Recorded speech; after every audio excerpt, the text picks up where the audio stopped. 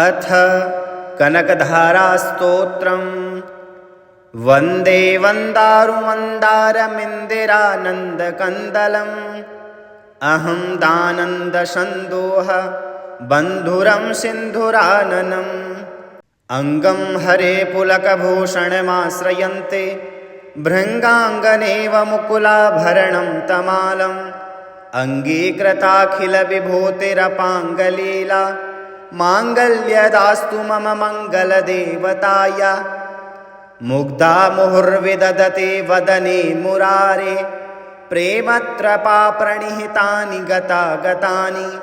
मालादृशोर्मधुकरेव महोत्पलेया शामे श्रियं दिशतु सागरसम्भवाय। आमीलिताक्षमधिगम्य मुदा मुकुन्दम् आनन्दकन्दमनिमेषमनङ्गतन्त्रम्। आकेकरस्थितकनीनिकपक्ष्मनेत्रं भूत्यै भवेन्मम भुजङ्गशयाङ्गनाय। भावान्तरे मधुजिताश्रितकौस्तुभेया हारावलीव हरनीलमयी विभाति। कामप्रदा भगवतोऽपि कटाक्षमाला कल्याणमावहतु मे कमलालयाय। कालाम्बुदालिललितो रसिकैटभारे धाराधरे स्फुरति या तडिदङ्गनेव। मातुः समस्तजगतां महनीयमूर्तिः भद्राणि मे दिशतु भार्गवनन्दनाय। प्राप्तं पदं प्रथमतः खलु यत्प्रभावात् माङ्गल्यभाजि मधुमाथिनि मन्मथेन। मय्यापतेत्तदिह मन्थरमीक्षणार्धं मन्दालसं च मकरालयकन्यकाय। विश्वामरेन्द्रपदविभ्रमदान्ददक्षम् आनन्दहेतुरधिकं मुरविद्विषोऽपि। ईशन्निषेधतु मयि क्षणमीक्षणार्धम् इन्दीवरोदरसहोदरमिन्दिराय। इष्टाविशिष्टमतयोऽपि यया दयाद्र दृष्ट्या त्रिविष्टपपदं सुलभं लभन्ते। दृष्टिप्रिहष्टकमलोदरदीप्तिरिष्टां पुष्टिं कृषिष्ट मम पुष्करविष्टिराय। दद्यादयानुपवनो द्रविणाम्बुधारा मस्मिन्न किञ्चन विहङ्गशिशो विशर्णे।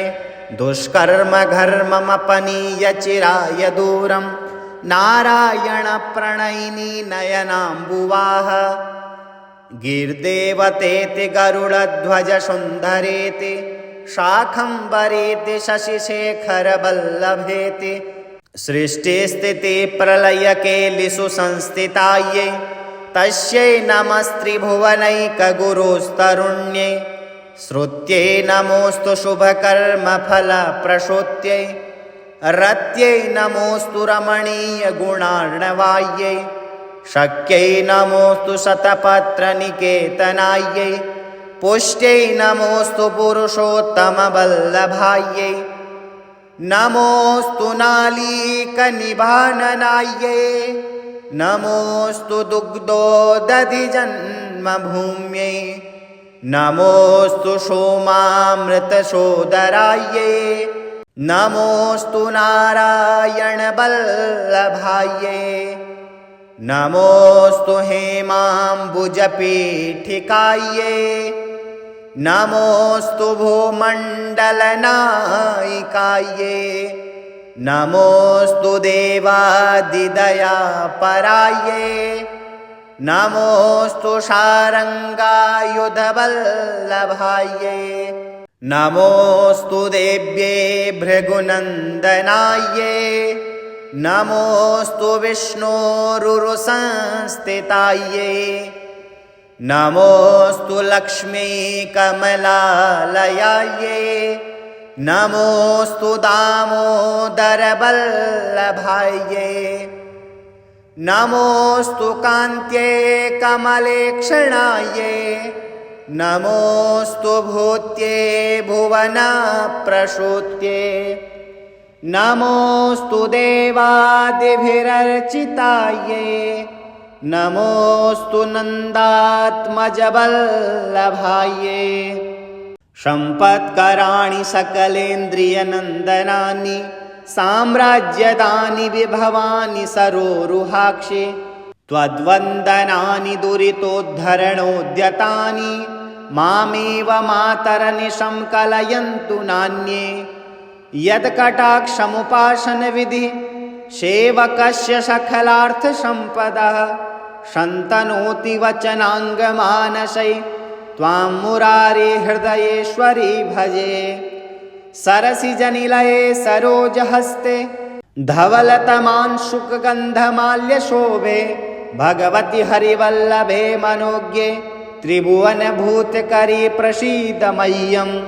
दिग्हस्तिभिः कनककुम्भमुखावसृष्टा स्वर्वाहिनी विमलचारुजलप्तुलाङ्गीं प्रातर्नमामि जगतां जननीमशेष लोकाधिनाथगृहिणीम् अमृताब्धिपुत्रीं। कमले कमलाक्षवल्लभे त्वं करुणापूरतरङ्गितैरपाङ्गे अवलोकय मामकिञ्चनानां प्रथमं पात्रं कृत्रिमं दयाया। स्तुन्वन्ति ते स्तुतिभिरमुभिरवन्वहं त्रयीमयीं त्रिभुवनमातरं रमां। गुणाधिका गुरतरा भाग्यभागिनो भवन्ति ते भुवि बुधभाविताशयाया। अङ्गं हरे पुलकभूषणमाश्रयन्ते भृङ्गाङ्गनेव मुकुलाभरणं तमालम्। अङ्गीकृताखिलविभूतिरपाङ्गलीला माङ्गल्यदास्तु मम मङ्गलदेवताय। मुग्धा मुहुर्विदधते वदने मुरारे प्रेमत्रपाप्रणिहितानि गतागतानि। मालादृशोर्मधुकरेव महोत्पलेया सा मे श्रियं दिशतु सागरसम्भवाय। आमीलिताक्षमधिगम्य मुदा मुकुन्दम् आनन्दकन्दमनिमेषमनङ्गतन्त्रम् आकेकरस्थितकनीनिकपक्ष्मनेत्रं भूत्यै भवेन्मम भुजङ्गशयाङ्गनाय। भावान्तरे मधुजिताश्रितकौस्तुभेया हारावलीव हरनीलमयी विभाति। कामप्रदा भगवतोऽपि कटाक्षमाला कल्याणमावहतु मे कमलालयाय। कालाम्बुदालिललितो रसिकैटभारे धाराधरे स्फुरति या तडिदङ्गनेव। मातुः समस्तजगतां महनीयमूर्तिः भद्राणि मे दिशतु भार्गवनन्दनाय। प्राप्तं पदं प्रथमतः खलु यत्प्रभावात् माङ्गल्यभाजि मधुमाथिनि मन्मथेन। मय्यापतेत्तदिह मन्थरमीक्षणार्धं मन्दालसं च मकरालयकन्यकाय। विश्वामरेन्द्रपदविभ्रमदान्ददक्षम् आनन्दहेतुरधिकं मुरविद्विषोऽपि। ईशन्निषेधतु मयि क्षणमीक्षणार्धम् इन्दीवरोदरसहोदरमिन्दिराय। इष्टाविशिष्टमतयोऽपि यया दयाद्र दृष्ट्या त्रिविष्टपपदं सुलभं लभन्ते। दृष्टिप्रिहष्टकमलोदरदीप्तिरिष्टां पुष्टिं कृषिष्ट मम पुष्करविष्टिराय। दद्यादयानुपवनो द्रविणाम्बुधारा मस्मिन्न किञ्चन विहङ्गशिशो विशर्णे। दुष्कर्मघर्ममपनीय चिराय दूरं नारायणप्रणयिनी नयनाम्बुवाः। गिर्देवतेति गरुडध्वजसुन्दरेति शाखम्बरेति शशिशेखरवल्लभेति। सृष्टिस्थितिप्रलयकेलिषु संस्थितायै तस्यै नमस्त्रिभुवनैकगुरुस्तरुण्यै। श्रुत्यै नमोऽस्तु शुभकर्मफलप्रसूत्यै रत्यै नमोऽस्तु रमणीयगुणार्णवायै। शक्यै नमोऽस्तु शतपत्रनिकेतनायै पुष्ट्यै नमोऽस्तु पुरुषोत्तमवल्लभायै नमोऽस्तु नालीकनिभाननायै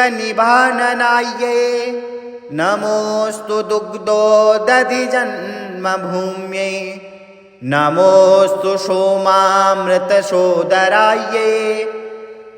नमोऽस्तु नारायणवल्लभायै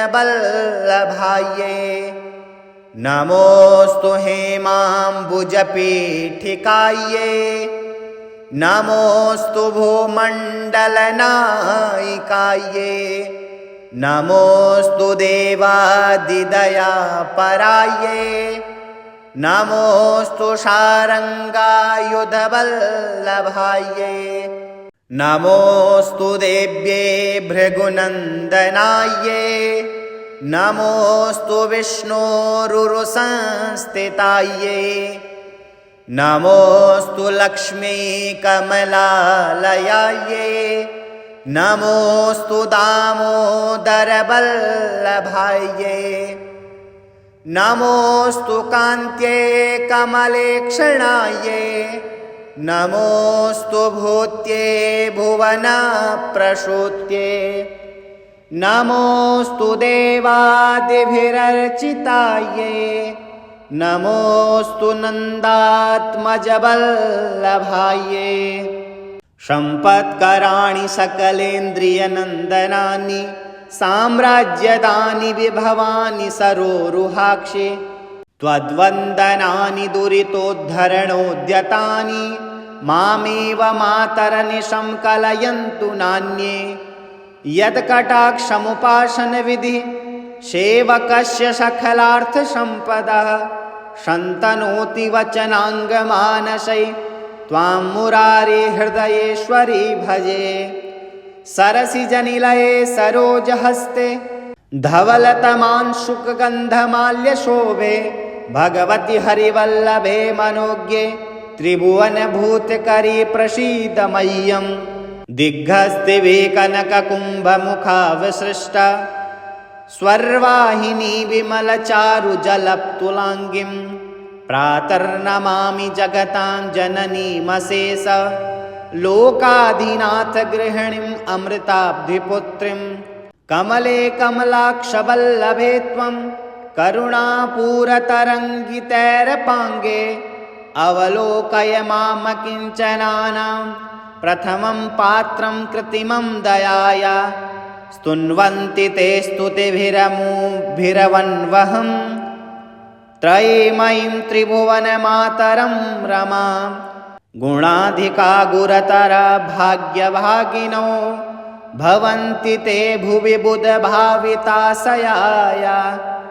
अङ्गं हरे पुलकभूषणमाश्रयन्ते भृङ्गाङ्गनेव मुकुलाभरणं तमालम् अङ्गीकृताखिलविभूतिरपाङ्गलीला माङ्गल्यदास्तु मम मङ्गलदेवताय मुग्धा मुहुर्विदधते वदने मुरारे प्रेमत्रपाप्रणिहितानि गतागतानि मालादृशोर्मधुकरेव महोत्पलेया सा मे श्रियं दिशतु सागरसम्भवाय आमीलिताक्षमधिगम्य मुदा मुकुन्दम् आनन्दकन्दमनिमेषमनङ्गतन्त्रम् आकेकरस्थितकनीनिकपक्ष्मनेत्रं भूत्यै भवेन्मम भुजङ्गशयाङ्गनाय भावान्तरे मधुजिताश्रितकौस्तुभेया हारावलीव हरनीलमयी विभाति